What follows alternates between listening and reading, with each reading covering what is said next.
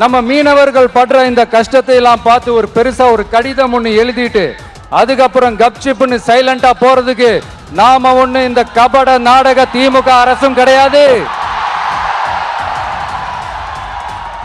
மத்த மீனவர்கள்னா இந்திய மீனவர்கள், நம்ம மீனவர்கள்னா தமிழக மீனவர்கள், இப்படி பிரிச்சு பார்த்து பேசுறதுக்கு நாம ஒண்ணு பாசிச பாஜக அரசும் கிடையாது. நிரந்தரமான தீர்வு, நிரந்தரமான ஒரு இந்த ப்ராப்ளத்தை சால்வ் பண்றது தான் நம்மளுடைய ஒரு முக்கியமான ஒரு அஜெண்டாவே. இந்த இலங்கை கடற்படையால நம்ம மீனவர்கள் தாக்கப்படுறதையும் அதுக்கான காரணத்தை பத்தியும் அதுக்கான தீர்வை பத்தியும் நான் மதுரை மாநாட்டிலே நான் பேசியிருந்தேன். அது ஒரு தப்பா? மீனவர்களுக்காக குரல் கொடுக்கறதும் அவங்களோட நிக்கிறதும் நம்மளுடைய கடமை, நம்மளுடைய உரிமை.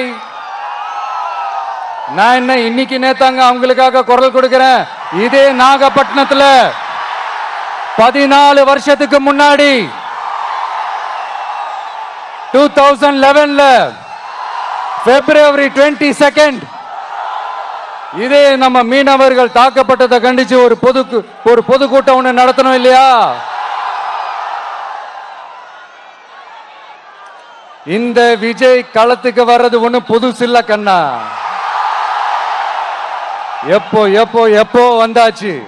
என்ன ஒண்ணு, முன்னாடிலாம் விஜய் மக்கள் இயக்கம் என்ற அந்த இயக்கமா நிற்போம்.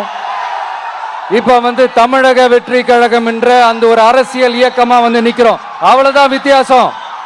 அன்னைக்கும் சரி, இன்னைக்கும் சரி, இனிமேலும் சரி, மக்களுக்காக மக்களோட நிக்கிறது தான். இது புரிய வேண்டியவங்களுக்கு புரிஞ்சா சரி.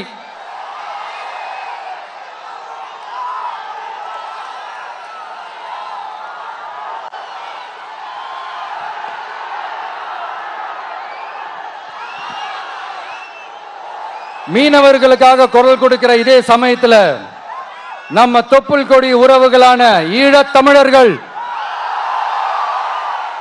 அவங்க இலங்கையில் இருந்தாலும் உலகத்துல எந்த மூலையில இருந்தாலும் தாய்ப்பாசம் காட்டின தலைவனை இழந்து தவிக்கிற அவங்களுக்காகவும் குரல் கொடுக்கிறது. மீனவர்களோட உயிர் எந்த அளவுக்கு முக்கியமோ அந்த அளவுக்கு ஈழத் தமிழர்களோட அவங்களுடைய கனவுகளும் அவங்களுடைய வாழ்க்கையும் நமக்கு ரொம்ப ரொம்ப முக்கியம்.